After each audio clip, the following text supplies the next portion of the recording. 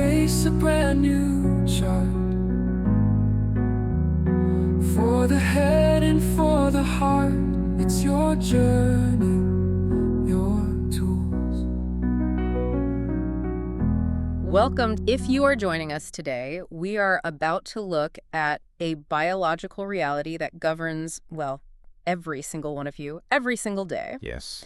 And to start, I want you to step into a scenario that is probably universally recognizable.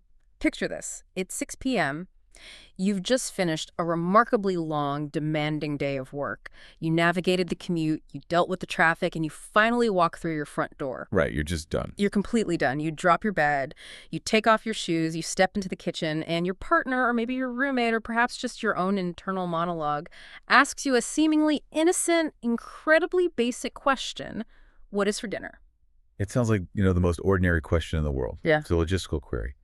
And yet, for the vast majority of people, in that highly specific moment at the end of the day, it doesn't register as a logistical query at all. No, not at all. It feels like an insurmountable obstacle. I want you to really examine your physical reaction in that exact moment. You don't just feel a little indecisive. You feel a sudden, visceral spike of dread. You experience total choice paralysis. Yeah, the blank stare into the fridge. Exactly. You might open the refrigerator, stare at a perfectly good assortment of ingredients, and feel entirely incapable of combining them. Maybe you feel a wave of intense irritability, or you feel the overwhelming urge to just pick up your phone and order incredibly expensive takeout that you definitely did not budget for. Solely to make the question go away. Solely for that. You might even snap defensively at the person asking. And then, an hour later, as you are eating that expensive takeout, you feel an immense wave of guilt. You sit there and tell yourself, I'm lazy, I have absolutely no discipline, why couldn't I just chop an onion and boil some pasta? What is wrong with my willpower? That specific sense of guilt is precisely what we are going to dismantle today. Because today's discussion is about radical honesty regarding human capacity. We're examining an exhaustive, scientifically grounded body of research concerning the neurobiology of cognitive exhaustion. And our mission today is singular. Right. We're going to prove to you, using hard biological data, that your 6 p.m. meltdown is not laziness, it is not apathy, it is not a lack of discipline, and it is certainly not a character flaw. It is a hard, unavoidable biological limit. Okay, let's unpack this, because the research we are looking at today completely shatters the very persistent, honestly, very unscientific narratives around productivity hacks and willpower that society has been spoon-fed for decades. There are days of bad advice, yeah. We are not going to talk about motivation today. We are going to look at the actual, measurable physical biology of your daily choices. To understand why you collapse at 6 p.m., we have to start by looking at the human brain as a metabolic battery. That's the perfect analogy. And to grasp the drain on that battery, we have to establish the staggering scope of the problem. Our sources highlight a data point that is, frankly, difficult to even conceptualize. The average adult makes between 33,000 to 35,000 discrete decisions every single day. It is an astronomical number. And frankly, when people first hear that statistic, their immediate reaction is usually skepticism. They think, I haven't made 35,000 decisions today. I decided what to wear, what to eat, and how to respond to a few emails. Right. But that skepticism stems from a misunderstanding of what the brain considers a decision. To put this into neurobiological context, we have to remember what human beings actually are. We are biological machines. We were optimized over hundreds of thousands of years of evolution for very specific functions. Survival, mostly. Basic survival, energy conservation, and immediate threat detection in a relatively slow-paced environment. The environment of our ancestors required bursts of intense cognitive or physical activity, followed by long periods of rest. We were absolutely not optimized for the unprecedented volume of continuous high-level, rapid-fire processing demanded by modern life. Right, because when we talk about 35,000 decisions, we aren't just talking about existential choices like, should I buy this house or should I quit my job? No, not at all. We were talking about an unending cascade of micro decisions. Do I hit snooze or get up? Which route do I take to avoid traffic? Do I use an exclamation mark in this email so I don't sound aggressive? Or a period so I sound authoritative? Do I cross the street now or wait for the light? Do I scroll past this post or click on it? Every single one of those actions is a discrete computational event. And the vast majority of these decisions are processed by a very specific, metabolically expensive region of the brain, the prefrontal cortex. Let's talk about the anatomy of that battery. Yeah, so to really grasp the biology of this exhaustion, we have to look at the anatomy.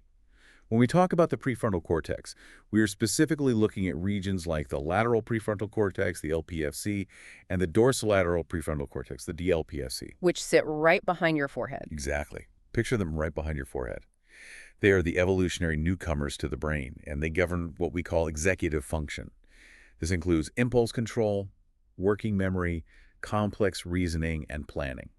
And the fundamental biological reality that modern work culture ignores is that maintaining this neural architecture is incredibly costly from a metabolic standpoint. It is entirely counterintuitive when you look at the energy distribution in the human body. I mean, the brain as a whole only makes up about 2% of your total body mass. It's a relatively small organ. Tiny, comparatively. But even when you are just resting, staring at a wall and doing absolutely nothing, it consumes 20% of your body's circulating glucose and oxygen reserves. It is prioritizing itself above almost everything else in your system. And a disproportionate amount of that massive energy budget goes straight to the prefrontal cortex to sustain those executive functions. Right. If we zoom all the way down to the cellular level, the research details the critical role of glutamatergic neurons.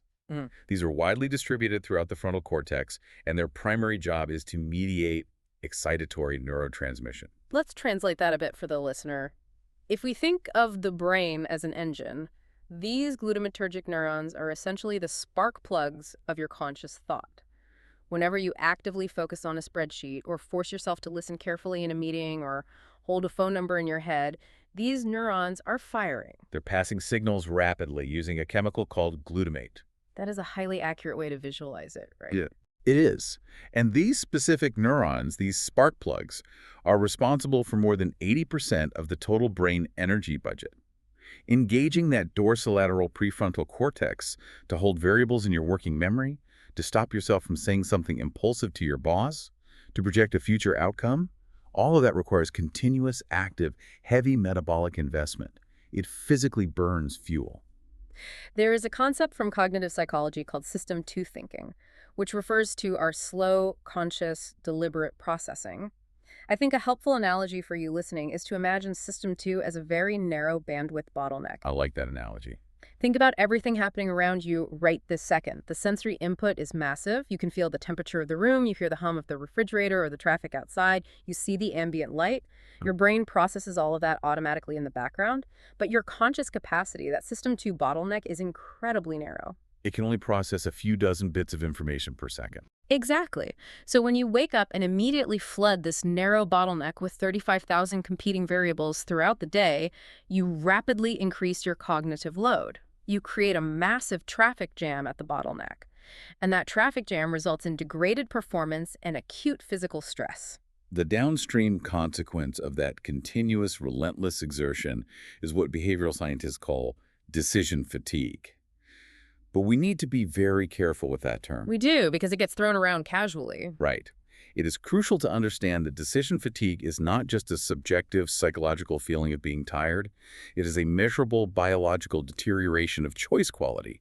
As you force your way through those thousands of micro-decisions, the physical neural network actually degrades. And once you know what to look for, the symptoms of that biological drain are incredibly recognizable. The literature defines the 4 primary symptoms of decision fatigue as procrastination, impulsivity, avoidance, and indecision. Your dopamine signaling begins to falter. Right, dopamine being the chemical system that drives your sense of reward and helps you calculate if a choice is actually worth the physical effort. Exactly. And without that sufficient dopaminergic drive, tasks that require high computational effort physically feel less rewarding to the brain. The neural algorithm literally shifts its parameters. As the day progresses, the brain starts prioritizing the easiest, least demanding default choices solely to save energy. It just wants the easy way out. The brain actively rejects computational labor to protect its remaining metabolic reserves. It operates exactly like a smartphone battery.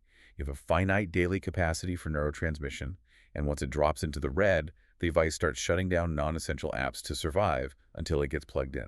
And for humans, getting plugged in means the deep recovery of sleep. But wait, if we're talking about the brain actively managing its energy reserves, surely it has a triage system, right? A lot of people operate under the assumption that the brain is smart enough to categorize decisions based on how important they are in the real world. This is a very common assumption. We assume the brain says, okay, Choosing what to eat for lunch is low stakes. I won't spend my premium metabolic energy on that. But allocating this $2 million corporate budget at 3 p.m. is incredibly high stakes, so I will dedicate my maximum processing power to that. Here's where it gets really interesting. It seems perfectly logical to assume that, but neurobiologically, that assumption is entirely false. It is one of the most pervasive myths in modern productivity. The brain does not inherently differentiate between a high-stakes decision and a low-stakes decision. It doesn't care at all. It is completely blind to the real-world consequences of your choices. Whether you are an emergency room surgeon diagnosing a critical life-threatening illness, or you are standing in your closet trying to decide between a blue shirt and a white shirt for a casual Friday, the brain draws from the exact same cognitive reserve. The exact same reserve. I really want you to absorb that. A lunch order and a life-saving diagnosis are pulling from the same biological tank. The research shows that when scientists put people into fMRI machines, functional magnetic resonance imaging, and they analyze their choice behavior, the activity in that lateral prefrontal cortex correlates strictly with the computational demand. The brain only asks two questions. How many variables are there? And how complex is the comparison? Right. The neural machinery does not know, and honestly does not care, whether the resulting choice changes the course of your career or just dictates the color of a hyperlink on a web page.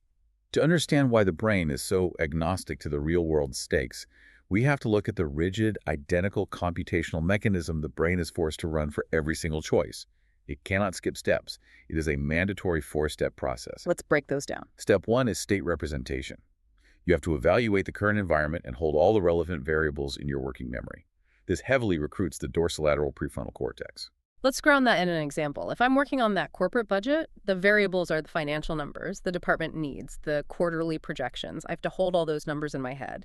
Exactly. But if I'm just getting dressed in the morning, the variables are the weather forecast, which pants are currently clean, and what meetings I have that day. Step 1 is just putting all the items on the table, regardless of what the items are. What happens in step 2? Step 2 is option generation. Your brain has to simulate the alternatives and project them into the future. For the budget, you simulate, if I allocate money here, what happens to the marketing department next month. And for the closet, you simulate, if I wear the blue shirt, will I be too cold in the air-conditioned conference room this afternoon? Precisely. Then we hit step 3, which is value computation. The sources point out that this involves different regions, specifically the ventromedial prefrontal cortex, or VMPFC, and the anterior cingulate cortex, the ACC. If we stick with our earlier analogies, you can think of the VMPFC as the brain's internal accountant. This is where your brain calculates the expected utility of each choice. Which option yields the highest reward for the lowest cost? Exactly. The internal accountant crunches the numbers based on the simulations from step 2, and finally we arrive at step 4, which is arguably the most metabolically taxing part of the entire sequence. Response inhibition. This is the hard part. It is. Once the accountant selects the optimal choice, the brain must actively suppress all the competing, non-optimal choices. You have to actively suppress the desire to make the impulsive, easy financial choice, just as you have to actively suppress the desire to wear sweatpants to the office instead of a suit. It takes effort to not do the easy thing. The top-down suppression of your primitive limit drives requires massive, continuous energy. So the sequence is state representation, option generation, value computation, response inhibition. The brain runs that identical 4-step gauntlet whether you are picking chicken or beef off a catering menu or deciding whether to lay off 50 employees. The neural networks recruited are identical. The working memory demand is high for both. The response inhibition is required for both. And the metabolic drain on your battery is severe for both. This brings us to a highly illuminating mathematical concept from the cognitive research called the expected value of control, or EVC. Cognitive scientists use a specific formula to calculate how the brain decides to allocate control. But the most important variable in that formula for our discussion today is C. The variable C stands for the intrinsic cognitive cost. This concept of the intrinsic cognitive cost completely changed how I view my day. The C variable is incurred simply by turning the decision-making network on. If we go back to a club analogy, it's a cover charge. You have to pay the cover charge just to walk in the door, regardless of whether you order a glass of water or a bottle of champagne. That is precisely how the brain operates. The brain registers the degree to which executive control mechanisms are recruited. It calculates computational complexity, not societal importance. Let's say you spend 30 minutes agonizing over what to order for a team lunch on a delivery app.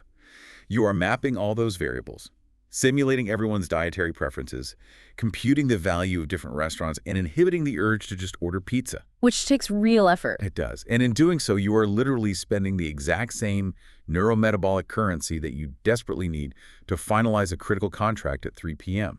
To your prefrontal cortex, variables are just variables. You are bleeding out your premium executive function on the mundane. You are paying a massive cover charge for a glass of tap water. And that perfectly sets up the biology of why the 6 p.m. collapse happens. Let's bring it back to that moment you walk in the door. What's for dinner? And you just shut down. A complete shutdown. We've established you've been burning through your battery all day, running that 4-step computational process thousands of times. But what is physically, molecularly happening in your brain at 6 p.m.? The research makes it clear that your inability to answer that question is not a communication issue. It is localized neurotoxic buildup. This is where the biological reality becomes incredibly specific and undeniable. The physical culprit behind the 6 p.m. choice paralysis is the accumulation of the neurotransmitter we discussed earlier, glutamate. Right. We established that glutamatergic neurons are the excitatory spark plugs of your brain. Glutamate is essential. It's how signals are passed rapidly between neurons to facilitate conscious thought.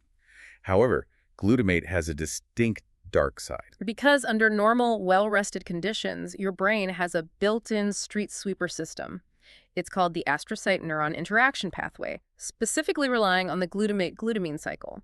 Imagine tiny street sweepers following right behind those firing spark plugs. Sweeping up the debris. Yes, they sweep up the used glutamate from the synapses, recycle it, and keep the local concentrations perfectly regulated so the engine keeps running smoothly. That system works flawlessly under our evolutionary baseline conditions. But when you subject your brain to continuous, highly demanding cognitive tasks without adequate rest, which perfectly describes a standard 9-to-5 workday where you're constantly context switching, reading emails, and problem solving, that clearance mechanism simply fails to keep pace. It just can't keep up. The volume of glutamate being released by your continuous sister 2 thinking overwhelms the system. The street sweepers cannot clear the debris fast enough. And so the glutamate physically floods and accumulates in the synapses of the lateral prefrontal cortex. It literally pools there. And this isn't just a theoretical model. The sources detail a landmark study conducted by the Paris Brain Institute that proved this explicit physical buildup. The methodology of that study is fascinating. The researchers wanted to observe the physical state of the brain during cognitive fatigue. They utilized both fMRI and magnetic resonance spectroscopy, which allowed them to actually monitor the brain chemistry and neural activity of the participants in real time over the course of a simulated workday. So they were watching it happen live. Exactly. They split the participants into 2 groups. One group was assigned to highly complex, demanding cognitive tasks, things that required intense working memory and constant cognitive control. The other group performed manageable, relatively easy tasks that didn't strain the prefrontal cortex. Both groups performed these tasks for roughly 6.5 hours. And the physiological data from the results is undeniable. The participants who were doing the highly complex tasks, the ones mimicking a heavy modern workday, had an 8% higher concentration of glutamate physically pooled in their lateral prefrontal cortex compared to the control group. And the behavioral result of that physical buildup was immediate. By the end of the day, that high-demand group made 10% more impulsive choices during testing. And here is the true aha moment of the neurobiology. We have to ask, why does the physical accumulation of glutamate cause you to make impulsive choices or shut down entirely? It's because when glutamate levels get too high in the synapses, the molecule becomes potentially harmful. It can cause what is known as excitotoxic damage to your neurons. It can literally excite the cells to death. Which sounds terrifying. It is on a cellular level. Your brain, as a biological machine, prioritizes survival above all else. So, to prevent it from damaging its own cellular structure, the brain forcefully activates a defensive governor. It throws a biological circuit breaker. Exactly. There is a specific subsystem in the brain, particularly involving the right anterior insula, or INS. You can think of the reins as a metabolic smoke detector. It constantly monitors the internal state of the brain. Waiting for a fire. Right. When it detects this dyshomeostasis, this dangerous toxic saturation of glutamate in the prefrontal cortex, it explicitly and actively devalues any prospective options that require further cognitive effort.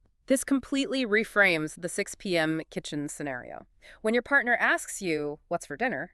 your brain isn't merely tired. Your right anterior insula is sounding a loud chemical alarm. The smoke detector's going off. It calculates the metabolic cost of opening the fridge, comparing the disparate ingredients, generating a recipe from memory, and organizing the sequential, multi-step process of cooking. And the internal smoke detector decides that this cognitive cost is far too dangerous given your current state of glutamate saturation. It's a hard no. Your brain literally vetoes the labor of cooking to save its own cells from excitotoxic damage. The neural system simply refuses to authorize the energy expenditure. The resulting choice paralysis, that feeling of staring blankly into the fridge, is a forced biological shutdown. It is your brain successfully protecting you from neurotoxicity. So what does this all mean? I mean, if it's just a biological circuit breaker deploying to protect us, why does the 6 p.m. collapse feel so emotionally volatile? It's rarely a peaceful shutdown. You don't just stand by the fridge calmly. You get intensely irritable. You feel defensive. You might snap at the person who asked you the simple question. Right. If it's just a battery shutting down, why do we get so emotionally reactive over something as mundane as dinner? To understand the emotional volatility, we have to look at the dynamic tension in the brain between the logical prefrontal cortex we've been discussing and a much older, more primitive emotional center, the amygdala. The amygdala. Yes. The amygdala functions as the brain's rapid response threat detection center. It drives our reflexive emotional responses, including anxiety, fear, and aggression. If the prefrontal cortex is the analytical CEO of the brain, the amygdala is the highly reactive, overly suspicious security guard, constantly scanning the environment for danger. Under optimal, well-rested conditions in the morning, the healthy CEO exerts strict top-down inhibitory control over the security guard. The CEO keeps the guard in check. The prefrontal cortex regulates the amygdala. It says, calm down, it's just an email from our boss, it's not a predator in the bushes, it's just a question about dinner, not a threat to our survival. It suppresses the irrational emotions so we can behave logically, socially, and appropriately. But, as we've established, by 6 p.m., that prefrontal CEO is severely compromised. It is fatigued from glutamate saturation and extreme metabolic strain. Because of that physical fatigue, its network connections physically weaken. The strong inhibitory grip it usually has on the amygdala slips. In neuroscience, we call this neurological state amygdala disinhibition. The CEO has effectively left the building. The CEO is gone, Yeah. and the panicked, hypervigilant security guard is now in charge of the entire system. Wow. Precisely. Without the prefrontal cortex acting as a rational regulatory dampener, the amygdala fires unchecked in response to minor environmental stimuli. It misinterprets a perfectly mundane demand for cognitive processing like what's for dinner as a hostile stressor. This perfectly explains the physical sensation you get in that moment. This is why you feel a sympathetic nervous system spike. Your heart rate might go up slightly, your chest gets tight, your breathing shallows. Anxiety turns a mundane choice into a biological alarm. It really does. Fleeing the room, shutting down completely, or initiating a disproportionate, irrational argument over whether to have pasta or tacos, these aren't signs that you have poor communication skills or a bad temper. They are primitive survival responses executing automatically because your higher-order logic center is offline. You are literally functioning on the biological equivalent of computer safe mode.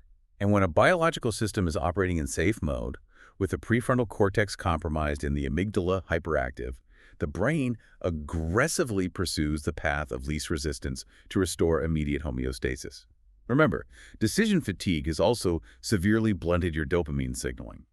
Your brain is starved for reward and heavily biased toward immediate, low-effort gratification. It just wants to feel okay again. It becomes highly risk-averse, highly impulsive, and desperate for quick energy. The research provides incredibly stark examples of this path of least resistance playing out in the real world, and it shows up in environments with far higher stakes than a kitchen.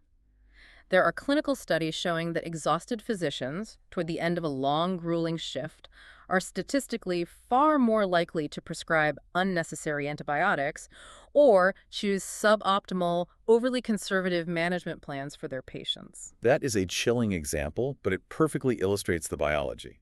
The physician's brain, compromised by severe decision fatigue and glutamate buildup, takes the path of least resistance. Let's look at the cognitive load required to not prescribe the antibiotic. It's a lot of work. It takes massive computational heavy lifting to execute a nuanced patient analysis, carefully weigh the clinical lack of necessity for the drug, and then crucially engage in the emotional labor of having a difficult conversation with a demanding, anxious patient to deny the prescription. Which is incredibly draining. Conversely, simply writing the prescription is a very low cognitive cost, resulting in immediate resolution and patient satisfaction.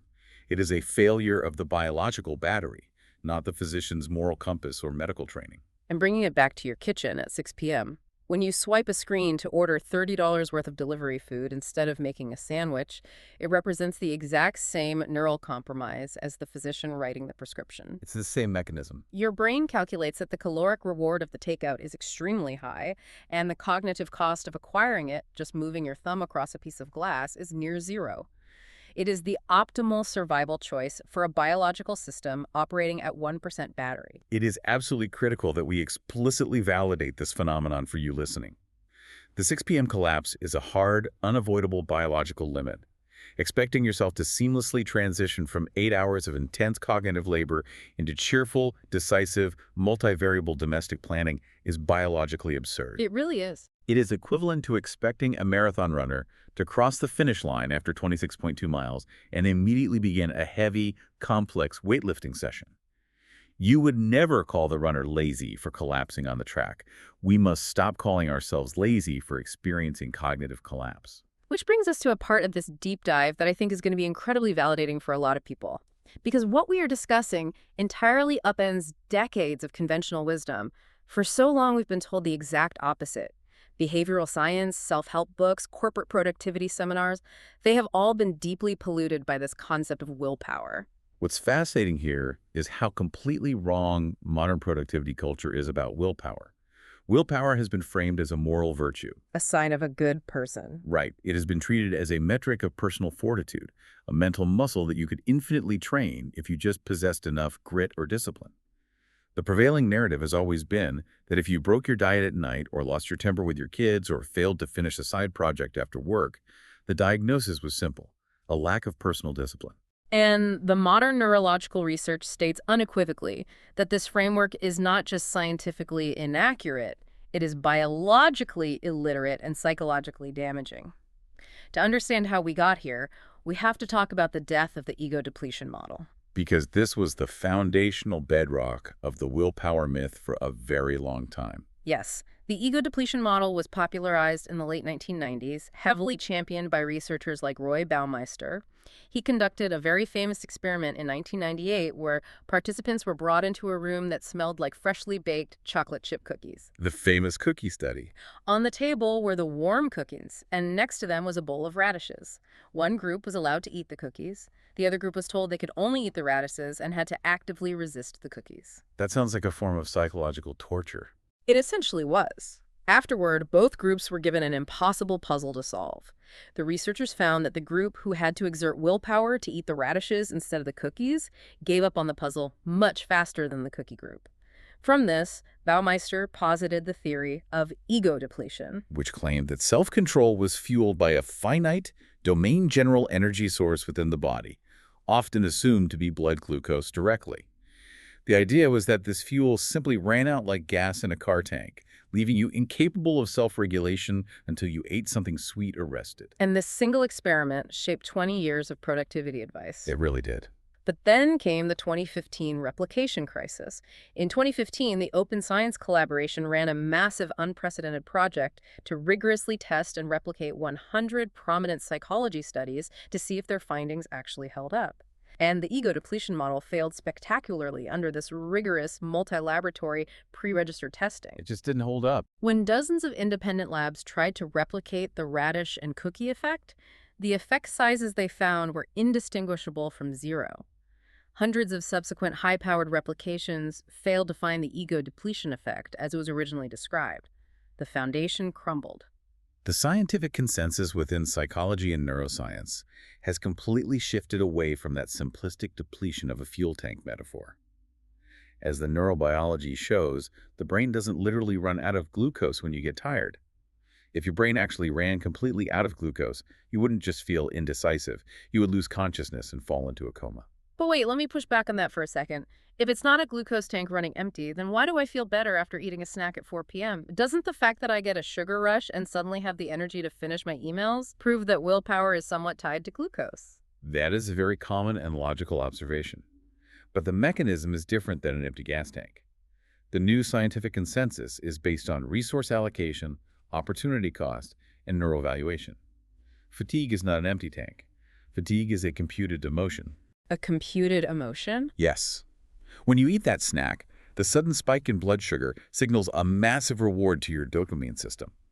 It momentarily overrides the brain's internal valuation system, making the effort seem temporarily worth it again. But it isn't refilling a localized willpower tank. Yeah. The emotion of fatigue is generated by the brain to force a change in your behavior. Like an alarm system.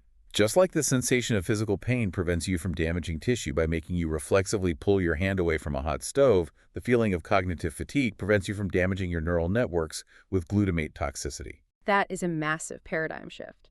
Demanding more discipline from a person who is actively experiencing decision fatigue is literally like demanding a runner to sprint on a broken leg.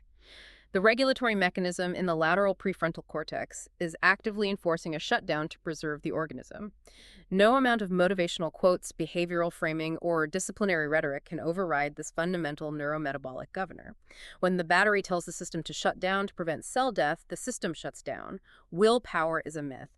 Biological capacity is the reality. And acknowledging biological capacity brings us to another massive blind spot in the traditional willpower narrative: the hidden extreme cost of emotional labor. This is so important because I think a lot of people assume that only hard cognitive work like doing math, building spreadsheets, or reading dense reports drains the battery. Society and most corporate workplaces artificially separate thinking from feeling. They assume emotional labor is a soft skill and therefore it is metabolically free. Neuroanatomy tells a vastly different story. Emotion regulation is an intensely active cognitive process that requires massive computational power. Think about what you are actually doing in your brain when you engage in emotional labor. Let's say you have to suppress anger during a highly unfair, hostile meeting with a client, or you are maintaining a perfectly polite, measured tone in a frustrating email thread. Or perhaps you are a parent patiently managing a toddler's violent, screaming tantrum in a grocery store. In all of those scenarios, your brain has to aggressively intercept a rising limbic response. Your amygdala is screaming, fight, or flee. And you have to rapidly evaluate the social consequences of doing that, formulate a calm counter-response, and force your physical body to execute it instead of yelling. Exactly. And the neurobiology shows that these regulatory processes, specifically what researchers call expressive suppression, which is hiding an emotion you currently feel, and cognitive reappraisal, which is actively changing how you think about a situation to calm yourself down, they rely heavily on the exact same neural hardware as cold, non-emotional tasks. The same exact hardware. They use the exact same dorsolateral prefrontal cortex, the DLPFC, and the supplementary motor areas, the SMA, that you use for complex mathematical calculations or memorizing a string of numbers. Because cognitive labor and emotional labor share the exact same hardware, they share the exact same metabolic budget.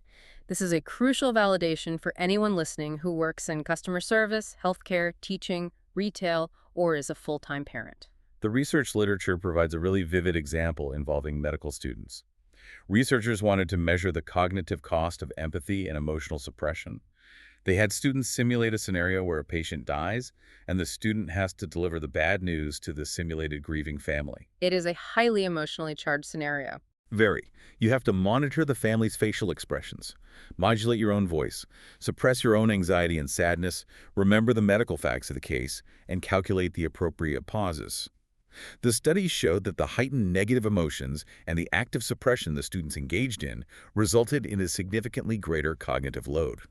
The act of regulating their emotions actively occupied precious space in their working memory. And what was the result of that? As a result, it drastically lowered their learning outcomes on subsequent, entirely unrelated clinical performance tasks. The emotional regulation was an extraneous cognitive load that literally stole resources from pure cognitive processing. So if you spend 8 hours continuously modulating your emotional responses to appease your supervisor, to de-escalate angry customers, or to manage children, your prefrontal cortex is continuously burning glucose and accumulating glutamate. By the time you get home, your capacity for further executive function is functionally zero. You didn't do calculus all day, but your brain is just as metabolically exhausted as if you had. You experience the exact same decision fatigue, the exact same choice paralysis, and the exact same vulnerability to amygdala disinhibition. Your physical body strongly disagrees with the societal notion that emotional work is free. It burns actual calories. Your 6 p.m. collapse is utterly justified, regardless of whether your job title is data analyst or social worker. So if we connect all of this biology to the bigger picture, the obvious question becomes, what do we do about it? If willpower is a myth, if our biology is hardwired to collapse under the weight of modern choices, and if we can't just quit our jobs to save our prefrontal cortex, how do we survive? The research makes it clear that we have to abandon our reliance on brute force discipline entirely. We must. We need to shift our entire focus from discipline to architectural strategy. We have to start engineering our environments for cognitive preservation. The goal is to aggressively protect the prefrontal cortex from unnecessary computational demand. We need to hoard our executive function for when it is truly required. The literature outlines 3 strictly biological countermeasures to accomplish this. Let's dive into the toolkit. Countermeasure number 1, automating the mundane. Now, I know what some listeners are thinking. Great, another deep dive telling me to wear a black turtleneck every day like a tech billionaire. It sounds like a superficial life hack. But the research is insistent that this is not a hack. It is biological triage. That's right. In cognitive psychology, this is known as cognitive offloading. It is the intentional process of relying on external environments, tools, or highly rigid routines to permanently reduce the information processing requirements of a daily task. Remember the EDC formula we discussed earlier, the expected value of control and that intrinsic cognitive cost variable, C. The cover charge for making any decision. Exactly. Every time you engage in cognitive offloading, you entirely delete the intrinsic cognitive cost, C, associated with that decision. Let's take the classic example of a capsule wardrobe, where all your clothes are pre-selected to match, or adopting a highly rigid, unchanging weekly meal plan. Like Taco Tuesday, Pasta Wednesday. Right. By standardizing those choices, you completely remove the daily requirement to map variables, simulate options, calculate utility, and execute response inhibition. You skip the 4-step sequence entirely. You are literally executing value-based decision-making. The computational models show that the opportunity cost of storing and processing low-value items, like what to eat for breakfast or what socks to wear in your biological brain, is simply too high when your daily capacity is strictly limited. It is a terrible return on metabolic investment. Automating these choices permanently preserves your prefrontal cortex's glucose supply. It physically delays the onset of glutamate saturation. By offloading the mundane, you directly extend your high-tier decision-making capabilities further into the afternoon and evening. It's not obsessive behavior, it is essential metabolic conservation. Which perfectly leads into countermeasure number 2, the pre-commitment strategy. Because as we've thoroughly established, you absolutely cannot trust your 6 p.m. brain. When your battery reaches 1% and the right anterior insula is sounding the alarm, your brain inherently defaults to the path of least resistance. It is biologically futile to expect your fatigued brain to make an optimal, healthy, complex choice at 6 p.m.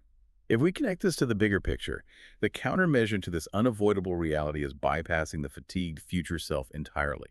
Pre-commitment leverages the temporal difference in the brain's computational capacity throughout the day. It involves making a binding or at least semi-binding decision for your future self when your cognitive battery is fully charged. Usually that means early in the morning around 8 a.m. Correct. Neurobiologically, pre-commitment acts as a firewall against impulsive, dopamine-starved decision-making later in the day. Let's walk through how this changes the biology. If the dinner menu is decided, the vegetables are chopped and prepped in the fridge, and the exact instructions are written out on a Post-it note on the counter at 8 a.m., think about what happens when you walk in at 6 p.m. The 6 p.m. brain doesn't need to engage the ventromedial prefrontal cortex to evaluate options. It doesn't need the dorsolateral prefrontal cortex to hold those options in working memory. Exactly. The executive function required drops off an absolute cliff. The task fundamentally transforms. It shifts from a highly taxing, open-ended problem-solving task into a vastly cheaper procedural execution task. Yeah, You successfully separate the intellectual effort of choosing from the physical effort of doing. that makes so much sense. By strategically placing these pre-commitments throughout your day, you build a metabolic buffer. You drastically lower the immediate cognitive load required during your peak fatigue periods. This successfully prevents the amygdala from registering the action of making dinner as a threat. You aren't deciding what's for dinner at 6 p.m. You are merely executing the directive that was issued by the much smarter, fully rested 8 a.m. version of yourself. And that brings us to the final and perhaps most critical countermeasure in the toolkit. Countermeasure 3, protecting the morning battery. We've talked extensively about how the 8 a.m. brain is fully charged and highly capable, but we need to discuss how easily and how commonly that pristine charge is squandered. We have to talk about the smartphone threat. Our brains are governed by strict circadian rhythms. For most adults, the prefrontal cortex reaches its peak computational efficiency and its highest reservoir of executive function in the early to mid-morning hours, shortly after the sleep inertia wears off. Yes. During sleep, your dopamine receptors have replenished. The street sweepers have successfully cleared away the neurotoxic glutamate. It is your premium, highly capable state. And it is precisely this premium biological state that modern humans routinely devastate by reaching for their smartphones the second they open their eyes in bed.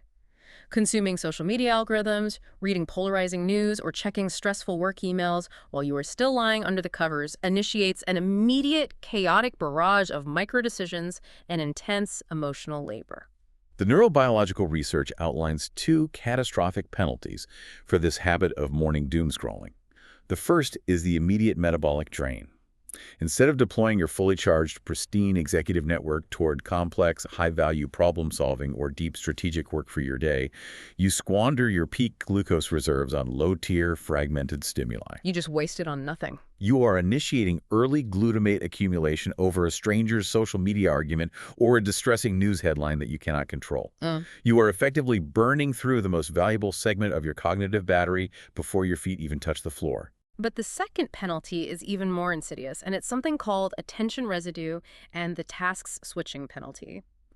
When you rapidly scroll through disparate pieces of information, a funny video, a tragic news story, an urgent work email, you force the brain into continuous task switching. Which is very expensive. Neuropsychological studies confirm that switching tasks incurs a profound metabolic penalty because the brain has to rapidly tear down and rebuild complex mental control settings for each new context. Furthermore, when you shift away from an unresolved email or a disturbing news headline to go take a shower or make coffee, your brain doesn't just neatly close that file.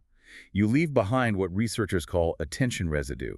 A portion of your brain's working memory remains unconsciously stuck processing that previous stimulus in the background. It's still running in the background. That unresolved residue physically occupies precious space in your lateral prefrontal cortex. It creates a permanent, invisible drag, artificially reducing the cognitive bandwidth you have available for all subsequent tasks for the rest of the morning. You are doing everything else with 15% of your processing power tied up in a background task. To truly protect your premium brain power, you have to create a rigid physical boundary against digital intrusion in the morning. The first hours of the day must be completely insulated from reactive decision-making.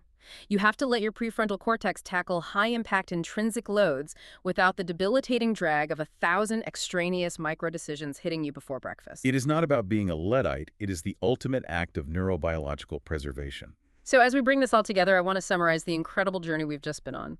Your brain is an extraordinary, miraculous computational engine, but it does not run on magic, and it emphatically does not run on willpower. It runs on a strict, finite metabolic budget dictated by glucose availability, dopamine signaling, and the vital clearance of neurotoxic glutamate. The 6 p.m. collapse, the profound irritability directed at your loved ones, the overwhelming dread of simple decisions like what to eat, none of these are modern psychological weaknesses.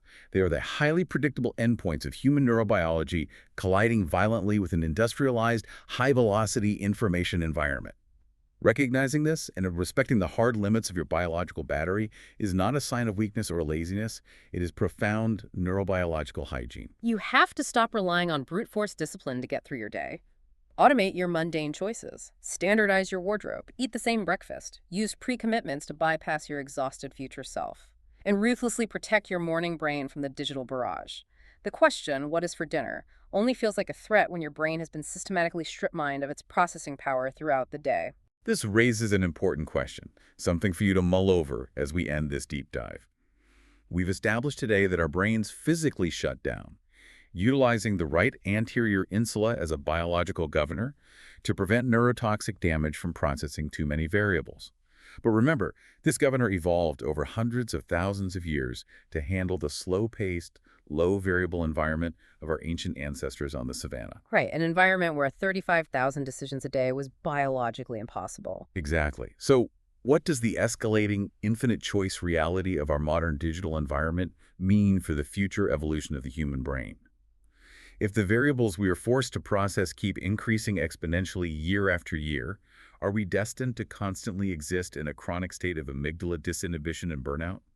Or will our neurobiology, over thousands of years, eventually adapt its metabolic pathways to match the speed of the algorithms we've created? That is a fascinating, slightly terrifying thought to leave on. Thank you so much for joining us on this deep dive. Be kind to your prefrontal cortex today and try to automate your tomorrow, starting right now. We'll see you next time. It's the strength to build anew. It's the light to guide you through. It's the choice to find your way. Starting here, starting today. We are going to wrap it up there for today. Remember, your brain is a battery, and you cannot willpower your way out of a biological limit. Stop wasting your premium morning energy on low-tier choices, and stop judging yourself for hitting a wall at 6 p.m. Insight without action is just entertainment. Your homework today is to pick one mundane decision: what to wear, what to eat for breakfast, or what time you leave the house, and automate it for tomorrow.